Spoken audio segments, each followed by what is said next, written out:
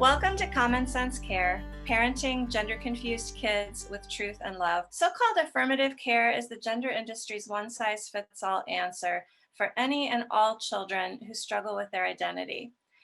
In no other area of medicine, psychology, or education is one treatment plan assigned to every person. At Partners for Ethical Care, we believe that each child should be treated as an individual and given the care and support that's appropriate for him or her. This morning, we are talking about parent support, getting help, and avoiding harm. And I'm Maria Keffler. And I'm Erin Brewer. And this is such an important topic because oftentimes when parents are confronted with some kind of crisis, it's so easy for them to put all their energy into the crisis and not take care of themselves. Yeah, well, this morning, as I was getting ready for our talk, I was thinking, no, wait a minute, why did we decide to do parent support and getting help for the parent before like child support and getting help for the child? Because as a parent, that's our first instinct, right? Is to take care of our kids. So help me remember, why did we decide to do it this way? Well, and it's funny, this is a really important principle of care. And I was actually an EMT when I was in college. And when I was I didn't training know to be that. an EMT, yeah, when I was in training, the first thing that they emphasized is that you can't help someone else if you're not in a position where you're safe. And so if somebody's drowning, you do not jump in to save them because more often than not, that person will actually drown you too. Or if there's somebody who's in the street who's been shot, you have to make sure that you're safe before you run out to help them. Otherwise, you could get shot too. And I think that that principle applies here. That if a parent is in a place where they're not functioning well, they're not able to take care of their child. And so it's really important for parents to find ways to really do good self care so that they do have the energy and resources to focus on their children.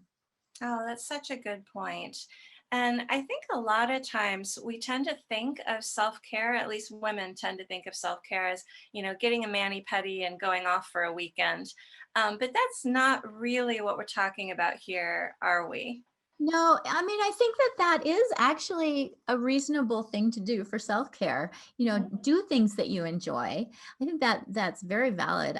Things that will relax you, things that give you some time to yourself. But another really important component of self-care is self-thought and really monitoring how you're thinking about things, whether you're getting enough sleep, whether you're eating well, whether you're maintaining your social connections, and it's ironic because one of the therapeutic techniques that is used to help children overcome their gender identity issues is called cognitive behavioral therapy, and it involves basically changing the way you talk to yourself. So rather than, in the child's case, rather than saying I'm born in the wrong body, saying I'm born in the right body. I'm just born. I don't fit stereotypical roles or something like Yeah. that. For a parent who's in crisis, it might be, boy, the situation sucks, but it's not the end of the world and I can get through this. So, really monitoring the kinds of things that you're telling yourself because we know that the messages that we tell ourselves actually have a big impact on how we feel. And if we're telling ourselves this is the end of the world and we're in huge crisis, it's going to be hard to sleep. It's going to be hard to maintain good nutrition and it's going to be hard to maintain personal contacts. Oh, that's a really good point. I went through therapy some years ago for postpartum depression after one of my kids. My hormones got all messed up. I was struggling with some relational things at the time and ended up in psychiatric care for about a year for postpartum depression. And one of the things that I learned through that was listening to what I'm telling myself when something's happening in the home and it's a crisis. Oh, this is terrible. Oh, this is a disaster. Oh, this is gonna, that's not helpful to me to resolve what's going on. But like you said, just to say, okay, the glass of grape juice just spilled all over the refrigerator. It's a mess, but it's not a disaster. I just need to clean it up. I just need to start this. And then when I was healed and ready to move out of care, I remember my psychiatrist, the last thing he said was, you need to eat well, you need to sleep well, you need to have supportive relationships, and you need to exercise. Uh, And holding on to those four things have really helped in so many different areas of life. And one of the things you mentioned, those supportive relationships can be really difficult when you're in this issue because some people will not be supportive. In fact, a lot of people, and potentially most people, and maybe even all people that you know, may not be supportive of your stance on this. They may feel like you should support your child in their gender identity, and so that can be one of the areas where you might have to actually go out and build new relationships, get some support from outside your normal circles, because you may not be able to find it with the people who you would normally rely on. Yeah, it's so important, especially with this issue, to start to identify which relationships for both you and your child are helpful versus harmful. And parsing those out will help you recognize, okay, this is not somebody who's going to be helping to me here, but this person is. And also defining what is meant by support, because that word support Mm. is used a lot by the gender industry. And a parent who does not say, yay, I'm so glad you want to change your gender, your sex, I'm so glad that I thought I had a daughter for 13 years, but I'm just going to embrace that now I have a son.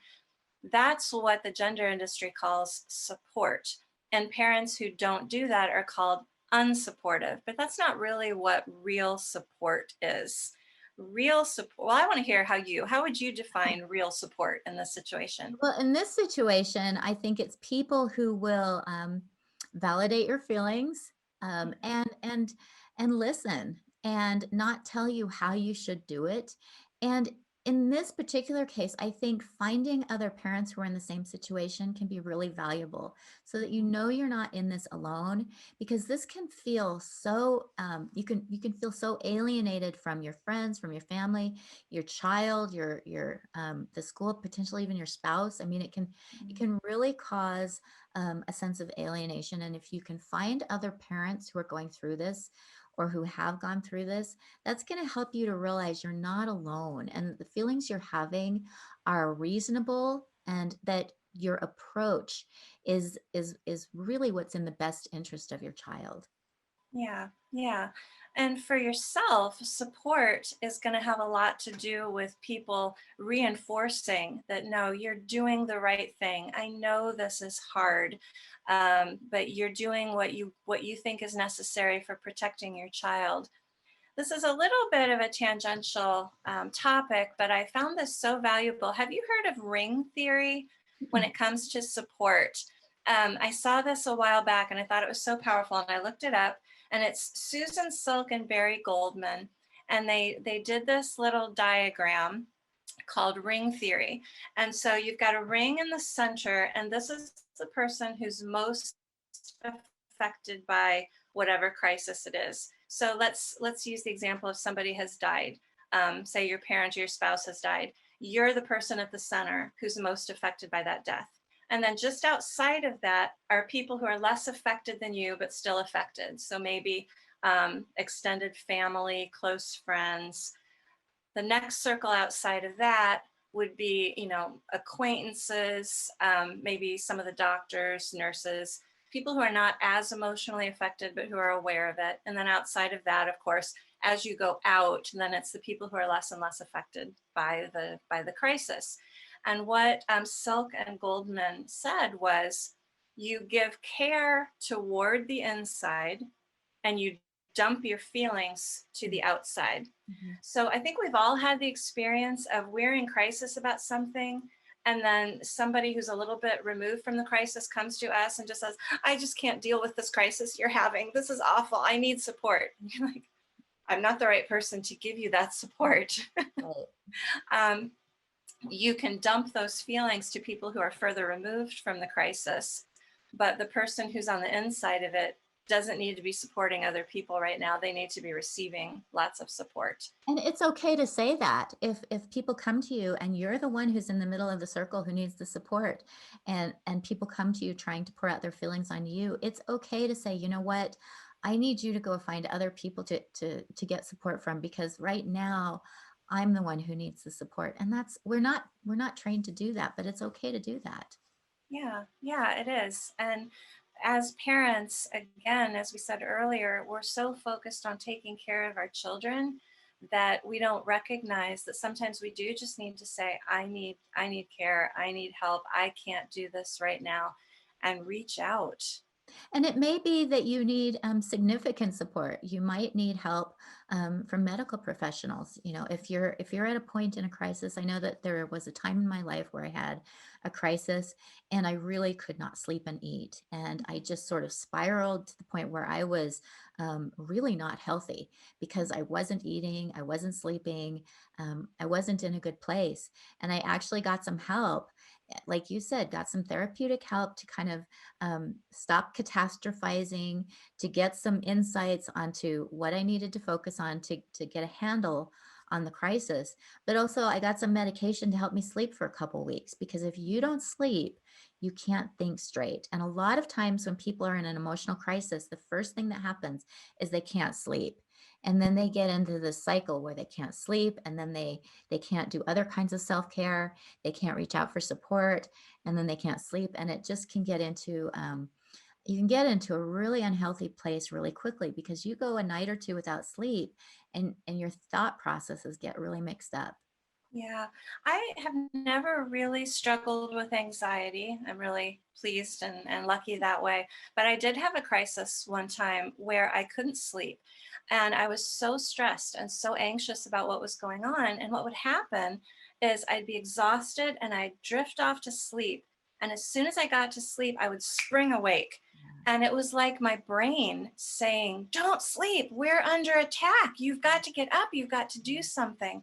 And I talked with a friend of mine who's a social worker, and she said, "Yeah, what's happening is your brain is in fight and flight mode. Your brain feels like you are actually under attack. You're a gazelle out on the savannah, and there are lions around, and your brain is saying, now is not the time to sleep. Now's the time to run." And like you said, you do that for a couple of nights, and then your brain isn't working right. Your brain is feeling like it's under attack all the time, and you don't sleep, so you don't think well. So then you're stressed more, and then you don't sleep. And this friend of mine said sometimes a patient just needs that medication to help them sleep, to reset the cycle. It's not that you need sleep medication for the rest of your life, but you need it to break out of that cycle that you're in. Yeah. And the other thing that I do, and I don't know if other people do this, but I start to breathe more shallowly. So instead of taking deep, cleansing breaths that are centering and grounding, the more anxious I am, the more I do these like little breaths that can actually really can keep you in a state of anxiety. And so just taking a moment and, maybe watching a meditation video on YouTube and really breathing will help you center, and that alone can do wonders if you're in the middle of a crisis and you just need to get a handle on it. Yeah, that's a really good point, because one of the things that we do when we panic is that shallow breathing. Mhm. Again, our bodies are getting ready to run, they're getting ready to fight. But another thing is sometimes we take a breath. If we're really shocked or upset by something, we'll just freeze up and stop breathing, Right. and forcing yourself, okay, I'm going to take a deep breath, like really deep, in and out several times.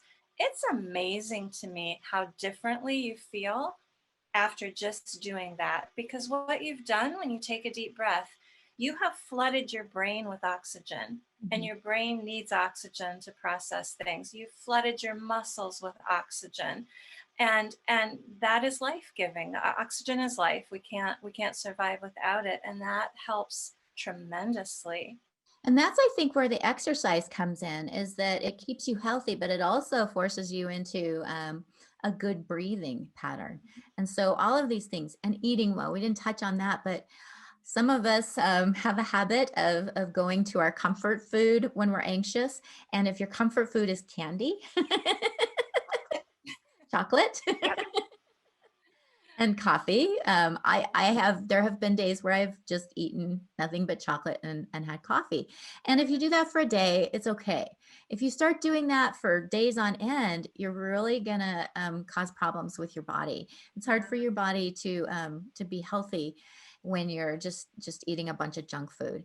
And Yeah. the other end is people who might go for that really macaroni and cheese, mashed potatoes and gravy, that really heavy food. And that's probably a little bit better than just chocolate. But again, it can kind of weigh you down, and anytime your body's not healthy, it's going to impact your thought processes. Yeah.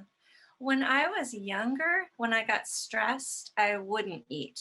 Mm-hmm. I kind of miss that, I'll be honest.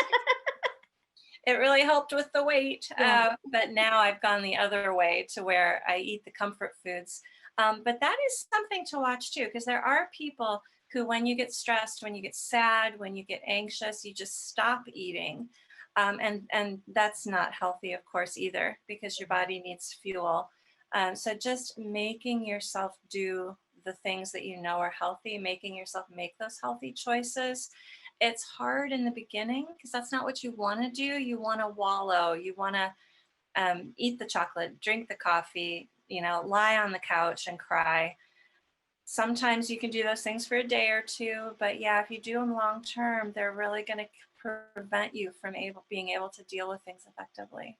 Well, and especially if you have other children at home, you really have to keep yourself healthy and your defenses up, because you not only are going to have to parent the child who's got the gender identity issues, but you're going to have to deal with the repercussions of that within your family and how your other children handle that, or how relatives handle that.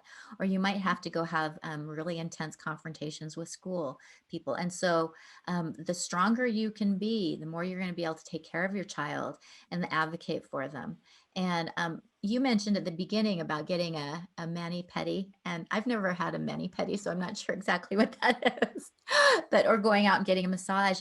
And I would recommend that people make a list of things that help them to feel good, because when you're in a crisis, sometimes you forget that there's things that you really enjoy doing, like, maybe making a cup of cocoa and going and sitting and watching the birds is something that really helps you to feel better. Maybe going and getting a facial, maybe going on a long run, or going for a swim. There are all kinds of things that people enjoy, but we can often forget what those are. We're in the middle of crisis. So it's not a bad idea just to have a list of those next to you so that you can do those self-care things and make sure that you take care of your needs. Yeah. My mother-in-law and father-in-law went to it was a marriage retreat sort of thing, and she came back from that and talked about one of the things they emphasized was doing things that give you life. And I loved that phrase, doing things that give you life, because for some people, working out gives them life. I have a friend she got through a really nasty divorce by working out. She just loved it, and that was the thing that Some of really us, made her good. oh no. No, that's not. No, and so when people shame like young moms for not staying in shape and go like, I work out 6 times a day, why can't you? Well, working out gives you life. That's not what gives me life. And when I had young children, maybe one thing, I could fit in one thing that I liked. And for me, when my kids were small, that was knitting and crocheting. That calmed me, that gave me peace. Other people would find doing crafts tedious and life destroying. But yeah, finding what is it? Is it going for a run? Is it taking a walk?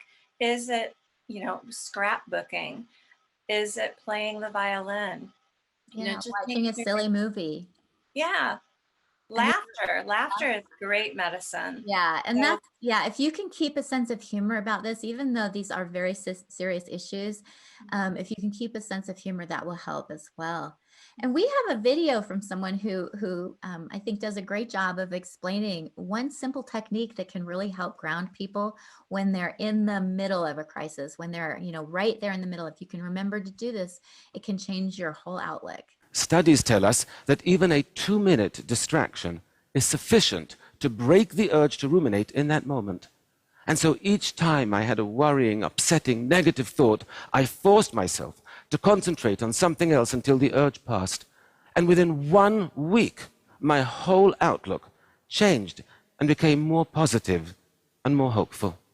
Oh, that was Guy Winch. And I wanted to emphasize one of the things that he says in this video. I love this. He said, when you are in pain, treat yourself with the same compassion you would expect from a truly good friend. Oh, isn't that so true? We so often are hard on ourselves in a way that we would never dream of being on someone that we loved and cared about. He gives the example in that video of someone who goes on a date, this first date she's had after a 20-year marriage has dissolved. And halfway through the date, the guy gets up and says, I'm just not interested in you, and walks out. And this woman started like self-denigrating, like, of course he's not interested in me, I'm old and I'm ugly. We would never do that to a friend. If a friend called me and told me that happened, the first thing I would say is, well, that's his loss. He doesn't know what he's got there. I would encourage her. And we need to do that for ourselves, don't we? And it's hard because we're really not brought up that way. We're brought up to be very self-critical, but it's not healthy. And so I would encourage people to just practice those very affirming statements to yourself, that you're lovable, that you can get through this, that you're strong, that you can handle this. Those kind of self-talk messages, even if it sounds kind of odd, really say them to yourself. Remind yourself to say them when you're in the middle of a crisis. And then also that just stopping and, what he talked about, how that 2-minute break can really change the trajectory of your day. Mm-hmm. Yeah, I love that. Intentionally redirecting your thoughts. We do that with kids, right? When kids are in crisis or they're misbehaving or they're doing something that they shouldn't be doing, one of the most powerful tools we have is just redirecting them. Let's look over here instead. And yeah, changing your internal monologue. Yeah. And I think that you can also apply the validation and invalidation technique. Well, invalidation is not a technique we want to use, but the validation technique to this, where we want to validate our own feelings as well. Yes, I feel sad, and it's not wrong that I feel sad. I feel hurt, and it's okay that I feel hurt. And we can problem solve separately. We can look back and say, all right, was what I did there effective or not? And analyze what we did and try to decide, oh, maybe I need to take a different approach with this. But for our feelings, we want to validate and honor those and trust ourselves that, yeah, I'm doing the best I can with my feelings. Yeah. And don't beat yourself up. Yeah, I think that's really important. So we have a question from a viewer. It says, I feel guilty focusing on myself when my son is in crisis. I could spend all of my time dealing with his needs and those of the rest of my family. How do I figure out what's appropriate amount of self-focus for my own care? And boy, is that a good question, because the fact is we have to take care of ourselves, but we're still parents. When we're in crisis, those responsibilities don't go away. And in fact, they amp up when we have a child who's in crisis. And so that's a really good question. How do you balance that self-care versus caring for others? And I think, I reflect back again on my EMT training, that if somebody's drowning and you jump in to save them, you might drown too. So you have to make sure you're stable, that you're firm, that you have a good lifeline, and then reach out to someone to help them. And in the case of parenting, what that means is make sure that you have support system, make sure that you're taking good care of yourself, and then try to figure out how you can help your child. But also, one of the things that we do as parents is that we take on the full responsibility of our children, for their happiness, their well-being, their success. And especially with older adolescent kids, they have autonomy. And on some level, they are responsible for their behaviors. So our job is to act as a support for them, but we can't save them. In this case, the analogy of the drowning person doesn't work. We can't just throw in a life vest and pull them out. This might take weeks, months, years of efforts. And so that's why getting yourself in a good emotional state is important, because you're in it for the long haul. And so I would say that when you start feeling that you're out of sync, that you're not sleeping well, you're not eating well, that your thoughts are racing, that's when you need to pull back and really focus on self-care. You know, just this morning, I saw a post in a help group. A parent said, I'm just beating my head against the wall with my daughter on this transgender issue, and I'm validating her feelings, and I'm discussing the ways this is illogical, and as far as I can tell, I'm doing everything right, and it's just not making a dent, and I'm so tired and I'm so exhausted, and I just want to give up. Wow. And the parents who jumped in support of her was just, that was what we need. They said, no, you're doing a good job, mom. You're doing the best you can. This is a really pernicious brainwashing that your child has been through, and it's going to take time. And somebody else said, she's hearing you. You may not see any evidence of it, but she's hearing you. And there was just comment after comment after comment supporting her and encouraging her. And I thought, this is what we need. This is what we need in every area of our lives, Yeah. is friends who are going to tell us, no, you're doing a great job. I'm really proud of you. And going back to my bout with postpartum depression, I had a good friend, a really dear friend, come to me before I realized what was going on. And she said, Maria, something's wrong. You are just not yourself. You are just not acting like yourself. And that made me stop and step back and go, you know what? I don't feel the same as I did 6 months ago. And having that person come to me and say that to me in a loving, caring way, I mean, that was just the best thing she could have done for me at the time. We need those kinds of friends. Well, and I think that that's that you've kind of hit on something that's important, and there's a line between sort of crisis and angst and trying to grapple through these issues, and all of those feelings that go along with it and emotions. And at some point, sometimes you can cross the line into something that's clinical, become clinically depressed, develop an anxiety disorder or a panic disorder. And when those happen, the self-care may not be enough. And you might have to get either pastoral care or help from a therapist or a counselor or a social worker, because it's hard to know where that line is. But in your case, you had someone say, something's really off here. And so if you feel like you've gone past a place where you can bring yourself back, that's a time to reach out for help. Well, one of the ways that I recognized that I was beyond the point of just needing self-care was I would go for self-care. Like my husband would take care of the kids, and I'd go off by myself for a couple of hours, just go sit at a coffee shop and relax. And when I came home and walked in the door, it all came back on me again. It was like I had had no self-care at all. And that was a clue to me, like something is wrong here, that I'm not even reaping the benefits of 2 hours of self-care. So that can be a clue.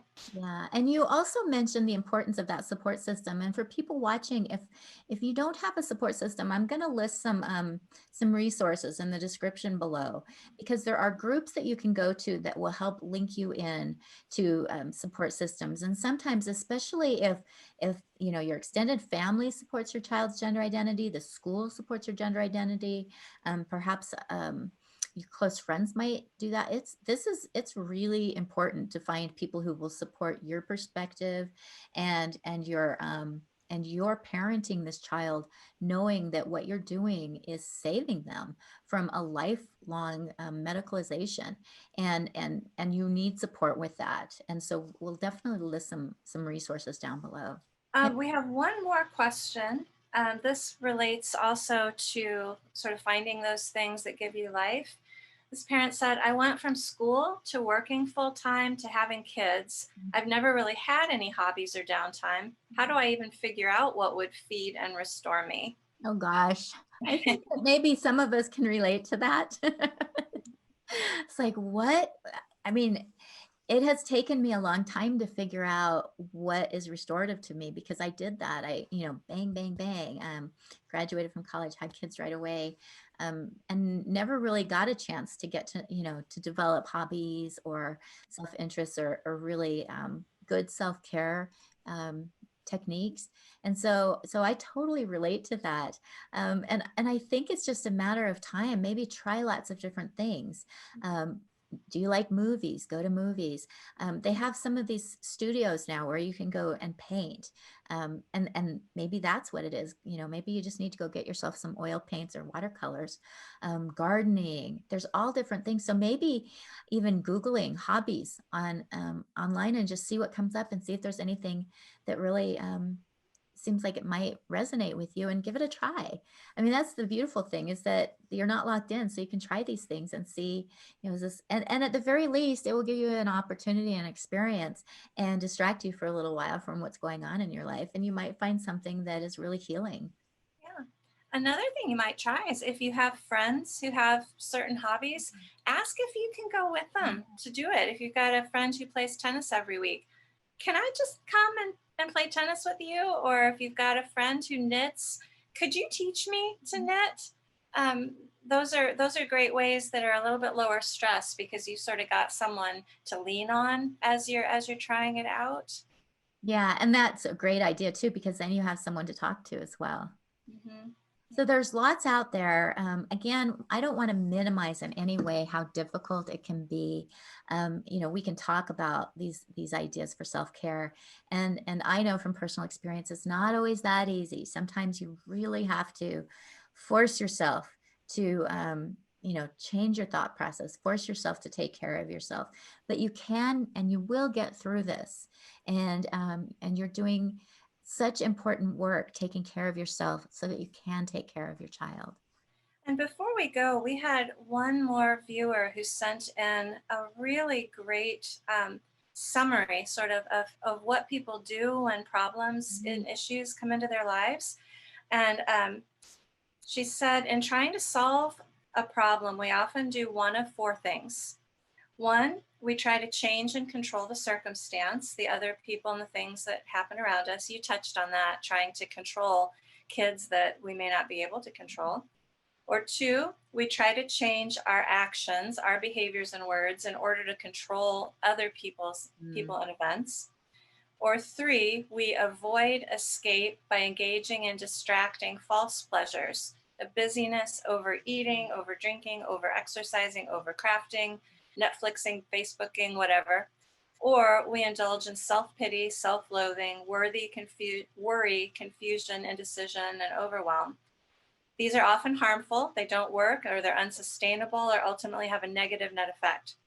It's when we can face our fears, anxiety, self-doubt, self-loathing, and learn to allow and process all of these things, that we then experience less of them, and we become the next best version of ourselves, knowing we can handle hard things. Yeah. Oh, isn't that wonderful? So I love the positive spin on this, that whenever there's a crisis in our lives, at the time it's really difficult, but we grow from that. Well, thanks, Erin. I think this has been such a necessary topic, and I appreciate your insights, especially from your EMT training. That was really powerful, and I learned something about you that I didn't know.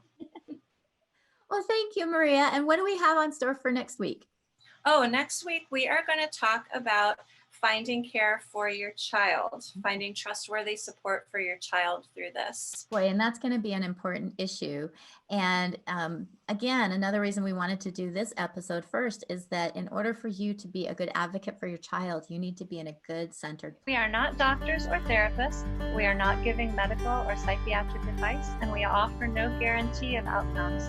We simply want to talk about how to support and love kids using long understood best practices from the fields of psychology, education, and child development.